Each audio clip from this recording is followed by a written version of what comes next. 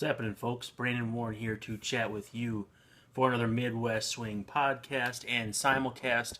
You can find it on YouTube. You can find it on iTunes, Stitcher, Google Play.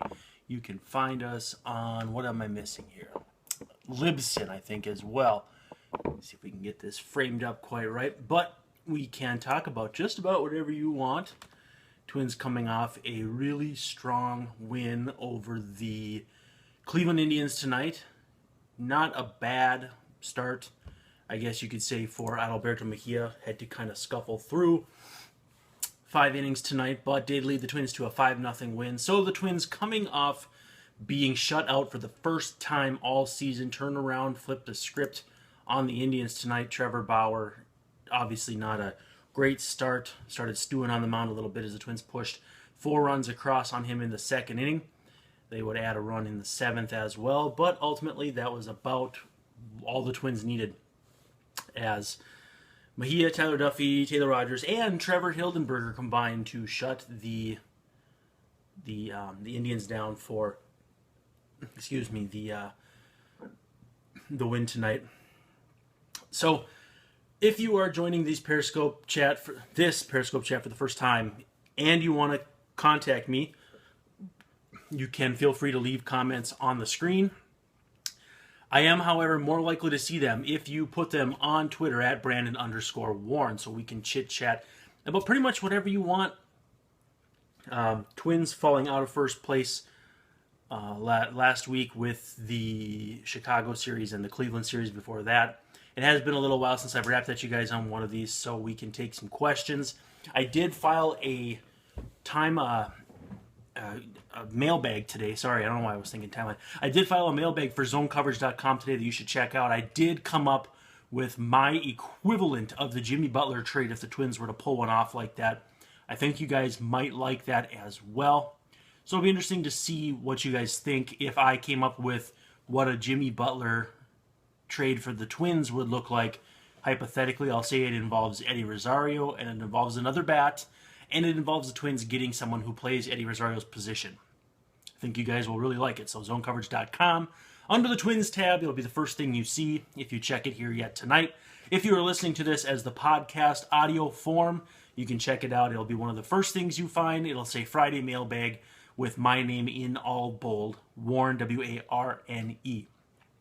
If you are not following me on Twitter yet, you should, at Brandon_Warren. You should also follow us at ZoneCoverageMN, because Zone Coverage is giving me all the support that I need to make sure that I can do these for you guys, that I can cover the Twins when they're at home and on the road. I will be writing a feature on Eddie Rosario coming up here very shortly on his improved plate discipline. Still not great, granted, but much better than last year. So we'll take a look at that. I'm getting a lot of questions in the chat about Zach Granite. Speaking of Eddie Rosario, possibly the replacement for Eddie Rosario in Zach Granite, who is just ripping up Rochester right now. And for the last, I believe it's about 3 weeks, he has really upped his game. And people are wondering what his ETA is. Honestly, I am not sure. Yeah, 359 batting average it looks like, based on a couple of the comments here. I'm not totally convinced that you're looking at a big league regular in Zach Granite. He can play defense. He can run. I don't know that he'll hit enough in the big leagues, but he does deserve a chance. With that said, I don't know if that means they'd have to send down Kenny Vargas. And keep in mind, too, I'm just not sure. Oh, thank you. 359 is after tonight, Rooster Man is telling us, as far as Granite, because I know Granite had a couple hits tonight. So, obviously a hot streak. Keith Law in his chat on Metal Party in the last couple of days called it a BABIP frenzy, I think it was, or something to that effect. I do think he has enough bat ball skills to maybe hit 280 in the big leagues, maybe even higher than that, which is pretty impressive. There's virtually no power there, and there is a decent eye. I think you might be looking at Jason Tyner 2.0, which is a valuable player as a fourth outfielder. I also have heard comps to Billy Burns, who was with the A's in 2015, had a really nice season. Didn't do anything last year between the A's and Royals, and is now caught kind of in limbo in the, I want to say, Kansas City system still. However, really nice little player there for a year. Maybe a little more than Darren Mastriani was. 3 for 5 is what Rooster Man is saying. So 3 hits for him. Yeah, he'll be better. I mean, he'll be better than Mastriani. But Mastriani, if you look at WAR, had a really nice year. for the Twins back in like 2013, I want to say, or maybe it was 2012. But yeah, a really nice player that you can get 6 years of utility futures out of, which is nice, and can really help you as a cheap fourth outfielder, which allows them to have the flexibility to make a move, whether it's to flip Robbie Grossman, send Kenny Vargas back. I mean, whatever they want to do. And so when the pitching staff gets settled down and they decide what they're going to do, and if they decide that they're going to have Kenny Vargas play regularly at DH, or once they figure out what they're going to do with all these moving parts, I think Granite at some point deserves a chance. Again, though, I'm not feeling like he's going to get a starting chance, but he can spell guys at all three outfield positions. He's very fast. I believe he's quite a good defender. I don't know that he's got much of an arm, but people have compared him to Ben Revere, and I think his arm is much better than Ben Revere's, which is not really saying much. But I do think that with Hildenburger, you are looking at a guy, not Hildenburger. Sorry, I'm confusing with the next question. Granite, I think you're looking at a guy who can definitely help this team in some form or fashion as a pinch runner, late inning defender, so on and so forth. Especially if the 1 year sample rings true for Rosario in that his defense hasn't been all that great. Now, he does have some issues with throws, makes mistakes where he throws to the wrong bases and all that. And Paul Molitor did say that sometimes when he hasn't thrown somebody out in a while, he gets a little antsy and will make throws he shouldn't, which is just a maturity thing. I think he can grow out of that. But it's interesting to see if that'll be a situation where they give him a chance up here. Roosterman wants to know about Turley's MLB failure compared to AA and AAA dominance. Of course I'll get to that, because I've been big on Turley since he started really carving people up in Chattanooga here a couple months ago. I think the biggest issue is command, and the trouble is, the fastball is obviously popping, 94, 95, a couple 96s in that first start at home against Cleveland, but no command of the breaking ball. And so I think that, if he can't, the breaking ball and the changeup were supposed to be very, very good pitches for him, especially the breaking ball, especially the 15 strikeout start he had against Scranton Wilkes-Barre, which is a pretty good team down there, or at least a pretty talented team. It was obvious that he did not have a feel for that pitch up here. And he got progressively worse the longer he was up here. The San Francisco start was wobbly. The start against the Indians was downright ugly. And then, obviously, the last start in the White Sox series was just a debacle of epic proportions. Didn't throw a curveball until pitch number 22. Yeah, technically, I guess, Thursday against the Indians, or White Sox, excuse me. First pitch he threw to, I believe it was Matt Davidson, was a curveball for an 0-1 count. And by that time, they were already down 4-0. On a day where they didn't score any runs, the game was already basically over after almost a 5-hour rain delay, which is extremely disappointing. So I'm not really sure what the plan was there, in that he was basically all fastballs with a few changeups for those first 20-some pitches, and then mixed in the curve after that. And, it was just a disaster. And I do think that Turley will resurface. I do think it's going to be as a reliever, maybe one of those super relievers like a Chris Davinsky, Tyler Duffy, guys that get used, like I've said before, maybe the fifth, like the end of the fifth inning, start the sixth, go through the sixth, early in the seventh. So I think that what you're looking at for, as far as what he's capable of, I think it's going to be out of the bullpen. But I don't fault them for spending 3 starts on him, because there's just too much to gain and not enough to lose to give a guy like that a chance, especially when you are limited to starting guys like Adam Wilk, Chris Heston, Dylan Gee or G, I'm not sure which one it is, could be an option in the future as well. I'll try Turley over those guys anytime. Better than Jason Wheeler as well, who has now been designated for assignment by the Dodgers. So obviously another organization not totally certain he should be on the 40-man roster. So, I think Turley has the talent. I think he's a smart guy. I also talked to him a little bit about drive line bases, got to represent my guys out west as far as getting the weighted ball program. He's been doing some of the weighted ball program, which has helped him bounce back from some of his recovery stuff. He said he didn't say it necessarily made him throw harder, but rather that he felt like his recovery was better. And so, obviously all those things are important for pitchers as opposed to maybe gaining velocity. It's just a matter of working on health between starts, or if he moves to the bullpen between appearances. Josh Betts wants to know, what are the chances, if he continues to pitch well, that Trevor Hildenburg stays with the Twins for an extended period of time? It's difficult to say because there's going to need to be a move to make room for Hector Santiago to pitch in Boston. And so, do I think Hildenburg is likely to stay up with G going back down? Not particularly, but the fact that they made the move to put him on the 40 means that they're, I still think, somewhat serious of giving him at least a look. I didn't understand the Melitakis DFA, and we'll talk about that in a minute here as well. But I'm not really sure who else they send out. They could designate Breslow, they could designate Belisle, and I don't think anybody would bat an eyelash, both in this chat and among pretty much all Twins fans. And so I'm not saying that I think it's going to happen. And there's been a few times where I thought it could happen this year, but it hasn't yet. And I still think it will, but I just don't. At this point, I don't feel confident saying after one game or another, yes, they're definitely going to designate this guy this day. So, I still don't think Belisle or Breslow are a very good bet to finish the season with the Twins, but I'm not sure if they've reached that point now where they would designate one of those guys as opposed to sending back someone like Hildenburg. So, as much as I think they want to find out what they have in Hildenburg and give him a fair crack, I also think he probably could be sent back pretty easily here on Tuesday to make room for Santiago coming off the disabled list.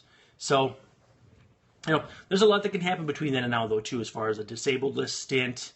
The bench is a little bit short with Adrianza going on the DL, and they added a couple arms. So they may actually want to send back a couple of arms. So we'll see what happens. Roosterman wants to know about John Curtis's chances. Pitched great in AAA. Hasn't given up a run. I thought I saw a 0.82 ERA for Curtis at Chattanooga, but maybe that person had it wrong. But no, he's been phenomenal, and I do think Curtis is someone that's better than a Busenitz or a Busenitz or a Hildenburg, Melitakis, all that. I hold out fairly significant hope for Curtis just because I think he's got a little bit better of a profile. 2 runs. No big deal. I know it was recent that those happened because he had allowed 0 earned runs for the first few months of the season, which is obviously a phenomenal start to the year. He too, I think, is an older guy, but I think he's got a little better plane than Busenitz does, and obviously throws harder than Hildenburg and Melitakis. So I think he's just got better stuff. I saw him at 98 when I was watching him pitch for, I want to say it was Chattanooga maybe a month ago or so.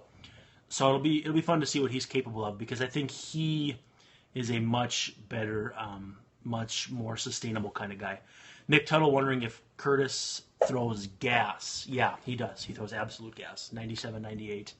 I don't know much about the secondaries, but I think he's a much more intriguing pitching prospect than most of these guys that have come up. Hildenberger's got interesting numbers, but Hildenburg has a little bit of, I think, maybe like Anthony Slamma in him. Like maybe the quasi love child of Anthony Slamma and Pat Neshek.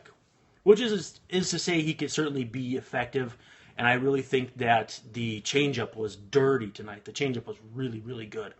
And if he's going to throw the same-handed changeup like he did to, I don't remember who it was, maybe Jan Gomes tonight, that was just filthy. And I think that can be a really good pitch for him. And that's going to be the difference between him, probably being a factor in the league and not. And I know my guy Eric Longenhagen over at Fangraphs thinks he's a middle reliever in the future. But the deception and the changeup have him play up a little bit to the point where he could work, 7th innings, which is good too. So it'll be interesting to see.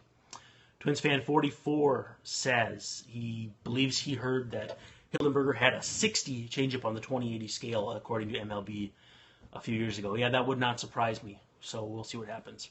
I did also see someone else mention Ryan Presley. I do think Presley's got to come back in the fairly near future as well. I haven't seen any numbers on his return to Rochester over the last couple days, but I was surprised to see him sent out before the doubleheader. I just did not think that was really the move that they were angling for. But nevertheless, here we are. What let's see, we got some other questions. Doubles wants to know, what's up with DFAing Melitakis? Thought we were close to getting to seeing him. Something else in the works here? So he's wondering about Mason Melitakis. I think we all were today when we found out the Twins had designated him for assignment. My people in, my eyes in the sky, so to speak, my people in Rochester saw him at 89-90. My people in Chattanooga saw him 89-92. I've heard as high as 93-95 in the past.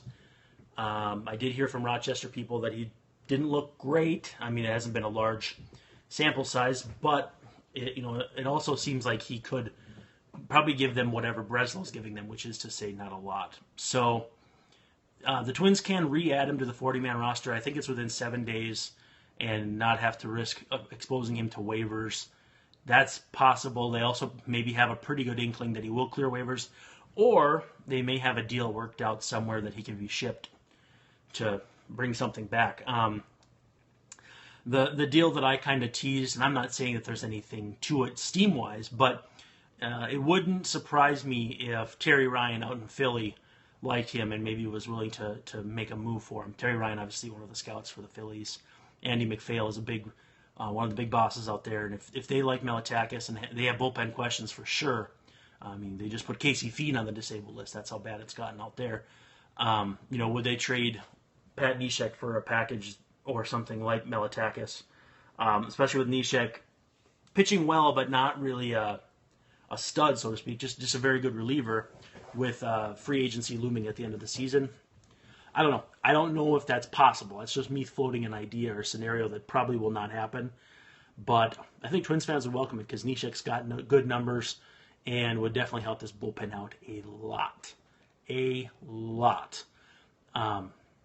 So, I don't know. I think Pat Neshek would look good in a Twins uniform again, and maybe that makes sense. But they do have some moves to make here. I know Hughes is working his way back. I think he was supposed to pitch for Rochester again here today or yesterday, so I haven't really checked up on that. So we'll take a look at that as well eventually and see where he's at there. Going to come back as a reliever, which might make him the long guy, which also probably could make Dylan G get sent back out. I don't know.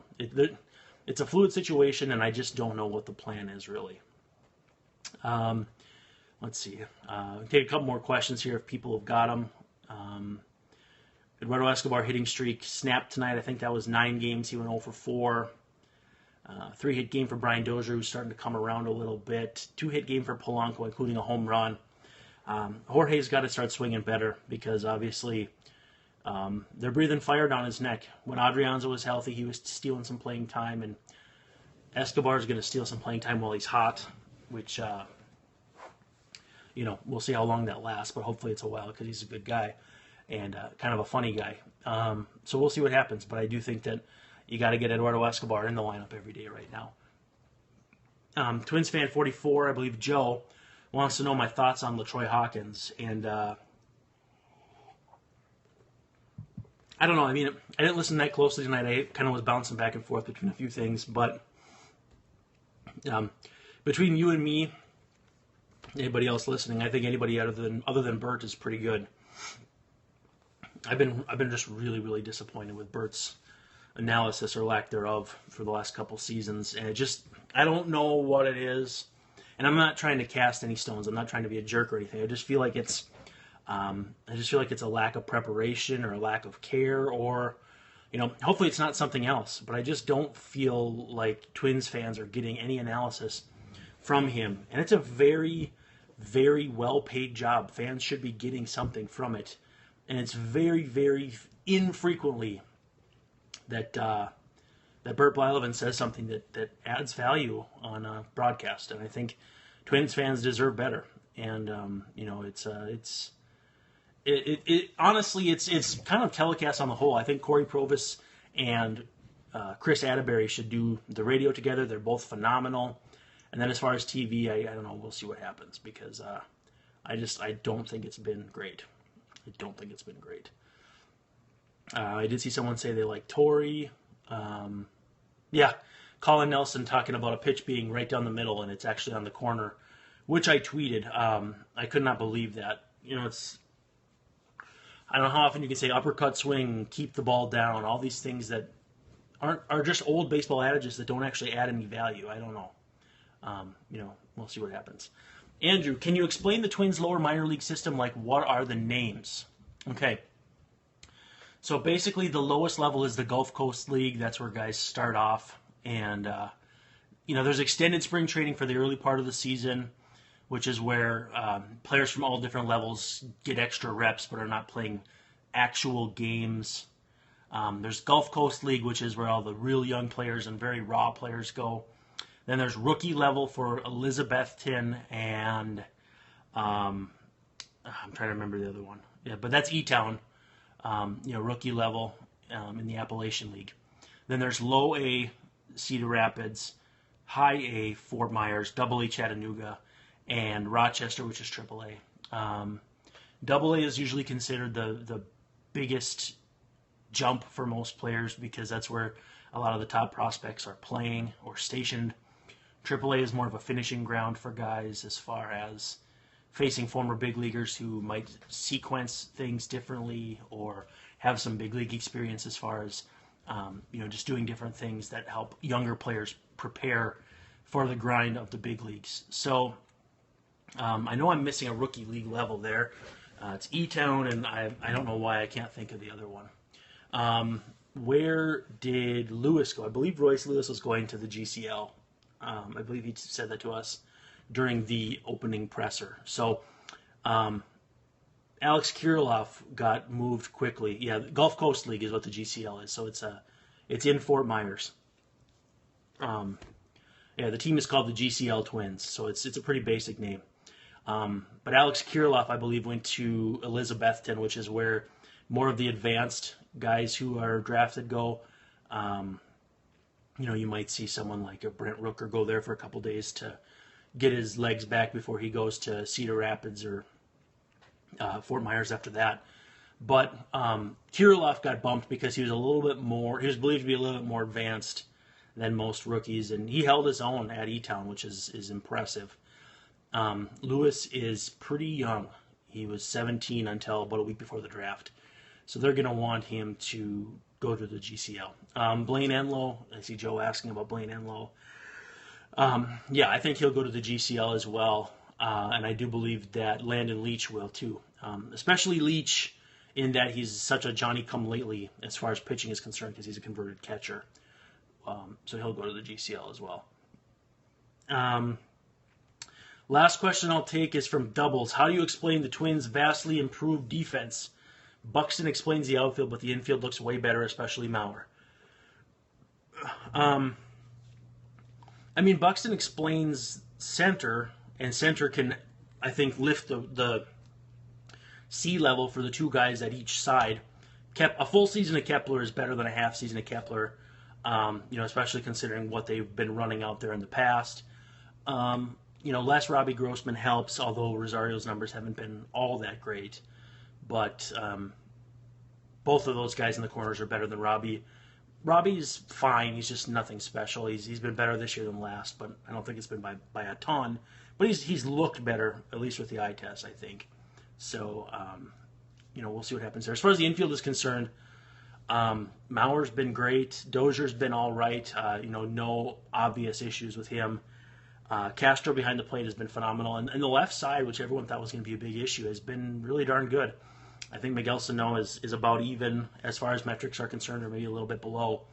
But Polanco is getting really, really good marks as a shortstop. So obviously a really, really good development there for him because it was a significant worry that he would not be a particularly good shortstop. And he made a couple nice plays tonight as well. So obviously it's something he's come along with quite well. We'll wrap with this. Roosterman says that Brent Rooker got his first hit tonight, so that's pretty awesome. I think Rooker's going to move quickly and be, he might be with the Twins a year from now. Who knows? Let's hope so because he'll be 23 then, and it'll be time to kind of move him up and get him going because that bat should be able to help this big league team sooner rather than later. All right, guys, we've reached the 25-minute mark. Thanks for hanging out.